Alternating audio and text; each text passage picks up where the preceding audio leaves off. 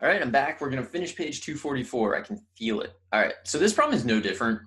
I'm going to sketch a region. I'm going to set up, because there are two functions that are rotating, I'm going to set up two summations, then I'm going to combine them into one, and then I'm going to use a calculator. So there's like two things that you're kind of going to find here that are a little weird, and that's why we're doing it.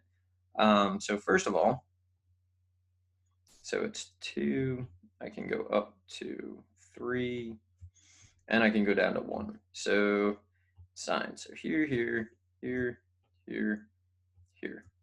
Oh, except we're only going to pi, so I can actually stop here. So I'll handle that when I like sketch it, right? When I shade my region. Got that. And then we have our other function, which is just basically y equals 1. I'm going to stop there. So the region that we're going to rotate is, let me shade it in a little bit here, let's say. This is our region, right? So what's it going to look like? I don't know. It's going to look like a fancy bracelet, I guess. It's not a sphere with anything cut out of it because it's like sine, it's not a semicircle, it's not flush to the axis. So I think it's like, if you've ever seen somebody with like a really thick bracelet, they're usually made out of like wood or something. I don't know much about bracelets, like slide on your wrist, presumably. All right, let's do big R and a little r. So big R, woo, you start at the axis, so we're going around this. I'm gonna start at the axis, go until you hit the outer edge of the region. That's your big R. And then for little r, you start at the axis and you go until you hit the inner edge of your region. So that's gonna be little r. Little r is a constant. So when you rotate it, you actually are just gonna get a cylinder. So you might be tempted to just use the volume of a cylinder, which like, I feel where you're coming from. I'm here to tell you not to do that. I mean, you can do it. You'll get it right. It's fine. But the way this works, it's so automatic on the calculator that like you're just going to end up doing extra work if you try to solve it that way. So instead, just use the summations, right? So they're here to help. Let them help you. All right, delta x we need. Delta x is going to be where we stop, which is pi minus where we start, divided by n. So pi over n. This is weird because we pretty much gotten integers over n until now, which is just for convenience. It could have been like 2.5 over n, like whatever. It doesn't need to be an integer, but it usually is because it's just, while you're learning, it's a little easier. I need an x sub I. So x sub I is where I start, which is 0, plus I times delta x. So this is going to be pi I over n. Okay. So sometimes I like this like dumb mathematical joke about like what did the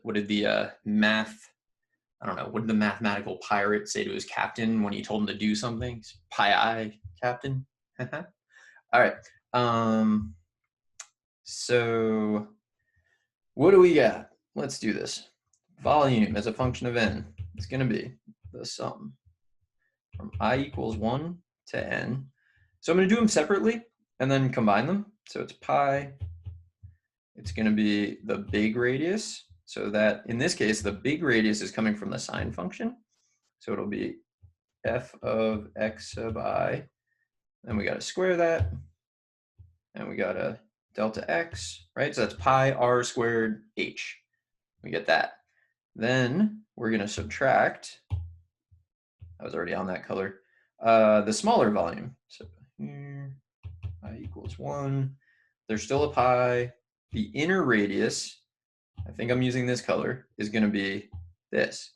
So g of x sub I. Now you're probably saying to yourself, g of x is a constant, so like you kind of can't sub anything in. It's fine. The calculator's not going to care. We're just going to go with it. So squared, and then there's a delta x. I bet this color scheme is killing people because I just messed something up. What I like to do is show when I mess things up so that other people can appreciate. I use like this color here and then this color here. I was not consistent, and that's kind of annoying. All right, but so volume as a function of n is, So by hand, I'm going to write it differently from how I do it on the calculator. I'm going to do pi, the sum, I equals 1, parenthesis. All right, so it's this f of x sub I squared. I'm going to use this color for the square. Minus, minus, and then what color is that? G of x sub I. So it's big radius squared minus little radius squared. And then close this parenthesis, and then I'm gonna put the delta x. But on the calculator, I'm probably gonna pull the delta x out because I wanna make sure that I multiply it by everything it should go with. I see a lot of people mess that up, and we don't wanna mess that up. So we're gonna use calculator now to find v of 50, which will be an approximation, v of 100, which will be an approximation, and v of 1000. And then I'm going to try to find the exact value. We'll see if it works. So to find the exact value, I would take the limit as n approaches infinity of our summation. And in every example so far, that has worked. But there may be something special about every example so far.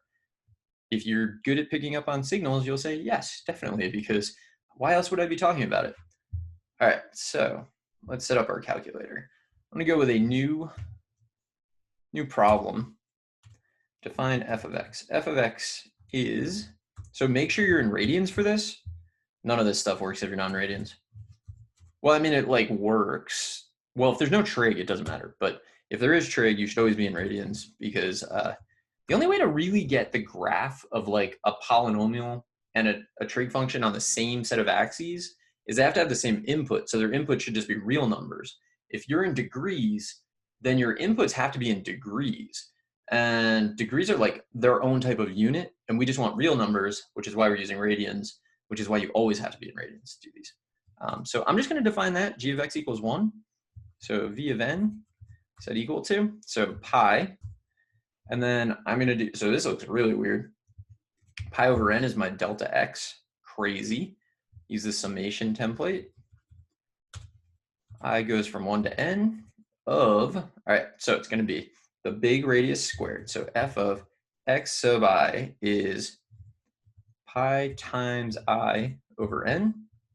Got to square that, minus the little radius, which is g of x sub I, pi times I over n. And then I have to square that. And then I'm done because I already wrote the delta x on the outside of my summation. I really hope my mirror, I hope this is in the right spot. Like I'm saying this is the end of my summation on the screen, like right below. This is the end, and this is the beginning, like all the way over there. So like I put it over here, and I'm hoping that this mirrors the right way. I don't know. I think it should, but can't be sure.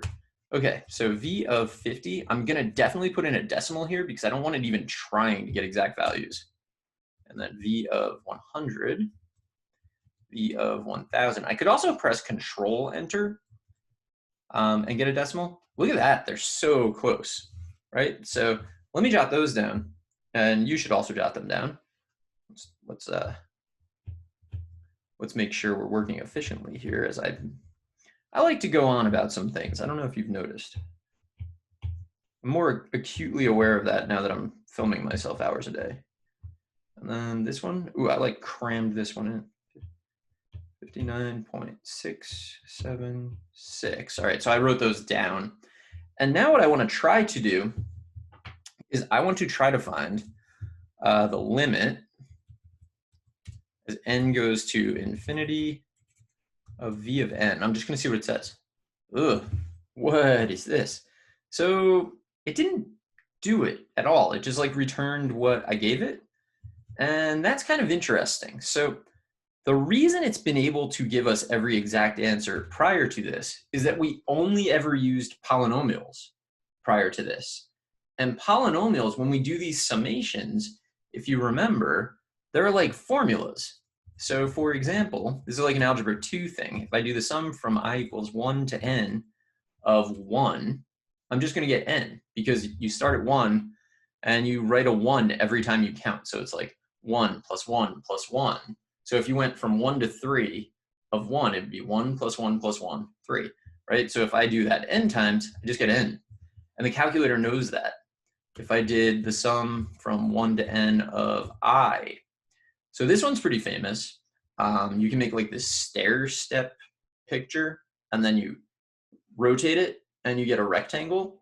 So it's like if you went n across and like whatever up, then you would have like 1 on top. This description is not that great, but this is going to give me n times n plus 1 over 2. And these are things that like you probably want to have memorized. Hopefully you did when you took Algebra 2. I squared is the weirdest one. So in my mind, what I do is I take the sum of I, which is n times n plus 1 over 2. In the numerator, I'm going to put in an odd number. So the most generic odd number is 2n plus 1. So it's going to be n plus 1, 2n plus 1. On the bottom, I'm going to put in the next available odd number, which is 3. So I'm going to get n plus 1, 2n plus 1, all over 6. That's how I remember that. I don't know that it's necessarily useful. Well, I mean, you have to remember it somehow. These are for calculus. You don't need to remember them this year. But in calculus, you will definitely need to remember them. Sum of I cubed, mind-boggling. The sum of I cubed is going to be, so the thing that I've highlighted right now is the sum of I. The sum of I cubed is n squared, the quantity n plus 1 squared, over 4. It's just the square of the sum of I. Why is that happening? That's something you should definitely try to figure out. And those are the only ones that are practical to know. The calculator knows like all of them. What does it mean to know all of them? I don't really know, but like here. What the heck? Scroll through that. It's going to take you forever. Look at that. Are we going every power? It looks like we are. It just knows them. There's obviously some kind of bigger formula going on here. But anyway, let me go back to the notes to show you what I jotted down, make sure that we're on the same page, and then I will call it quits on this video, which you may have done a long time ago. Who knows? So here we go. Back to the iPad. iPad's really the MVP of this whole situation. I don't know what I'd be doing without it. So these are the values that I jotted down.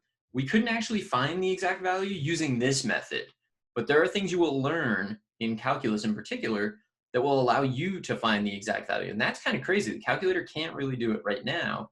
But once you learn the other things, it's like you get like a mod pack for your calculator, and you're like, oh my God, it has all these other things it can do. And that'll be a very cool experience. And I will be back to talk more about these notes in the next video. So I will see you then.